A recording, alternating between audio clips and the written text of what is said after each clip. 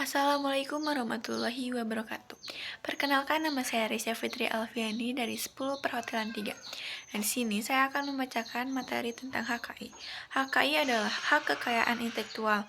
Pengertian dari HKI, kekayaan intelektual secara sederhana didefinisikan sebagai kekayaan tidak berwujud yang bersumber dari hasil olah pikir atau kreativitas manusia yang kemudian menghasilkan suatu ciptaan di bidang seni sastra, ilmu pengetahuan, dan juga teknologi yang mempunyai nilai manfaat ekonomi di dalamnya. Secara singkat, bisa dikatakan bahwa kekayaan intelektual ini merupakan kekayaan yang lahir dari kemampuan intelektual manusia. Dasar hukum ketentuan terkait kekayaan intelektual ini terdapat dalam Undang-Undang Nomor 7 Tahun 1994 tentang pengesahan Arrangement and Establishing the World Trade Organization. Yang kedua ada Undang-Undang Nomor 12 Tahun 1997 tentang perubahan atas Undang-Undang Nomor 6 Tahun 1982 tentang hak cipta sebagaimana telah diubah dengan Undang-Undang Nomor 7 Tahun 1987. Yang ketiga juga Keputusan Presiden Nomor 17 Tahun 1997 tentang pengesahan Trademark Law Treaty. Yang keempat ada Keputusan Presiden Nomor 18 Tahun 1997 tentang pengesahan Berne Convention for the Protection of Literary and Artistic Work. Yang kelima ada Keputusan Presiden Nomor 9 Tahun 1997 tentang pengesahan WIPO Copyright Treaty. Nah, di sini ada jenis-jenis. Terdapat beberapa jenis hak kekayaan intelektual. Yang pertama ada hak cipta. Sesuai Undang-Undang Nomor 28 Tahun 2014 tentang hak cipta menyatakan pengertian hak cipta adalah hak eksklusif pencipta yang timbul secara otomatis berdasarkan prinsip deklaratif setelah suatu ciptaan diwujudkan dalam bentuk nyata tanpa mengurangi pembatasan sesuai dengan ketentuan peraturan perundang-undangan.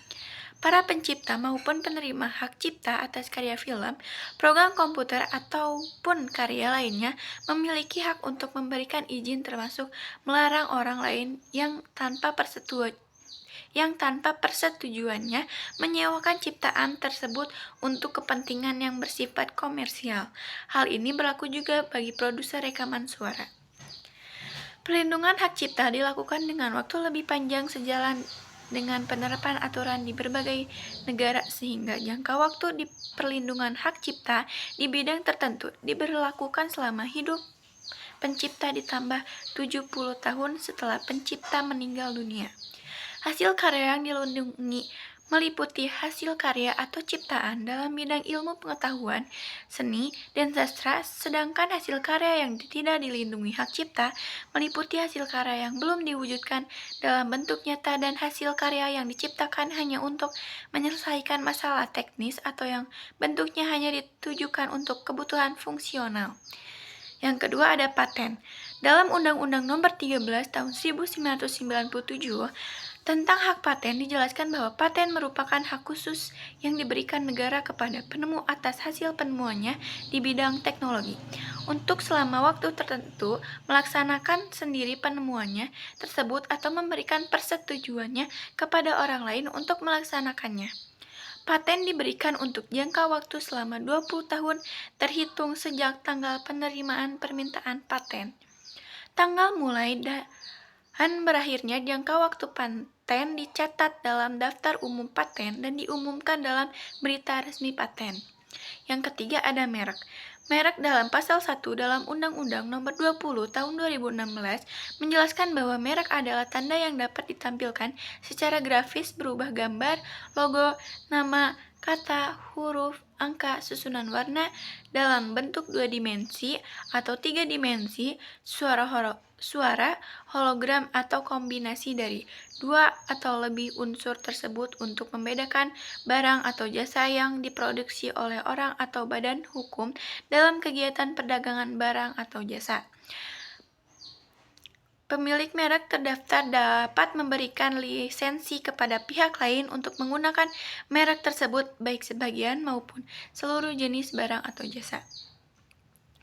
Permohonan pendaftaran merek diajukan oleh permohonan atau kuasanya kepada Menteri secara elektronik atau non-elektronik dalam bahasa Indonesia dengan melampirkan label mereka dan bukti pembayaran merek. Sedangkan untuk biaya pendaftaran merek ditentukan per kelas barang atau jasa. Sertifikat merek diterbitkan oleh Menteri sejak merek tersebut terdaftar dan akan mendapatkan perlindungan hukum untuk jangka waktu 10 tahun sejak tanggal penerimaan.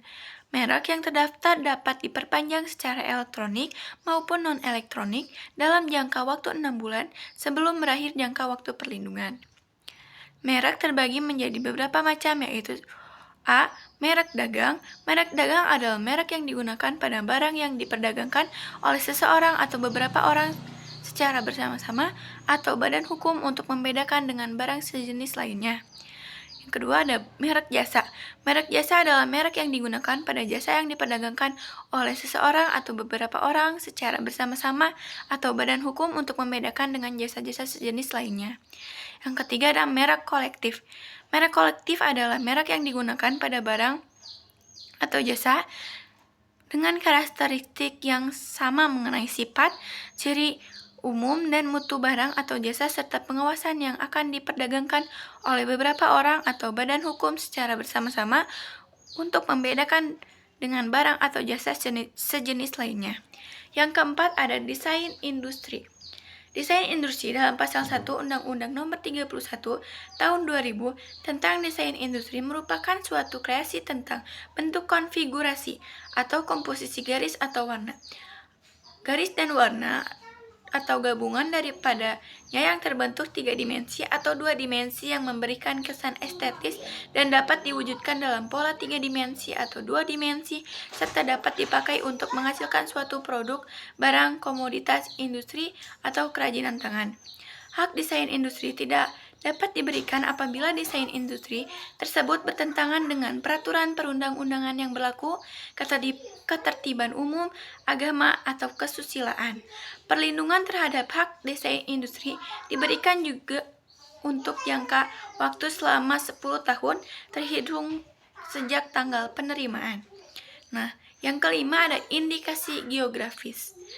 Dalam Undang-Undang Nomor 20 Tahun 2016 dijelaskan bahwa indikasi geografis adalah suatu tanda yang menunjukkan daerah asal suatu barang atau jasa produk yang karena faktor lingkungan geografis termasuk faktor alam, faktor manusia atau kombinasi dari kedua faktor tersebut memberikan reputasi, kualitas, dan karakteristik tertentu pada barang atau produk yang dihasilkan. Pemakaian indikasi geografis adalah pihak yang mendapatkan izin dari pemegang hak atas indikasi geografis yang terdaftar untuk mengolah atau memasarkan barang atau produk indikasi geografis. Indikasi geografis dilindungi selama terjaganya reputasi, kualitas, dan karakteristik yang menjadi dasar diberikannya perlindungan indikasi geografis pada suatu barang.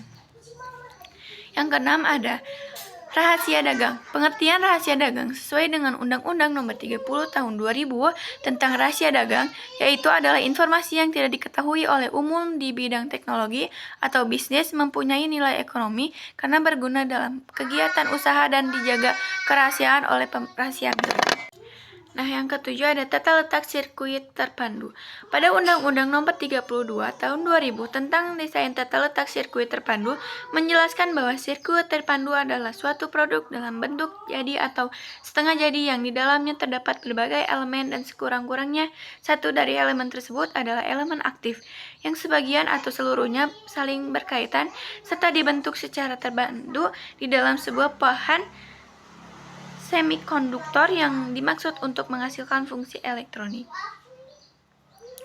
Nah, tujuan perlindungan hakis secara umum yaitu memberikan kejelasan hukum mengenai relasi antara kekayaan dengan inventor, pencipta, desainer, pemilik, pemakai, perantara yang menggunakannya, wilayah kerja pemanfaatannya, dan yang menerima akibat pemanfaatan haki. memberikan penghargaan atas keberhasilan dalam menciptakan karya intelektual, mempromosikan publikasi ciptaan dalam bentuk dokumen hak yang terbuka bagi masyarakat, merangsang terciptanya alih informasi melalui kekayaan intelektual serta alih teknologi melalui paten, melindungi dari kemudian ditiru karena ada jaminan dari negara bahwa pelaksanaan karya intelektual hanya diberikan kepada yang berhak. Manfaat yang dapat diperoleh dengan memiliki hak yaitu mendapatkan perlindungan terhadap pemilik dan karya ciptanya.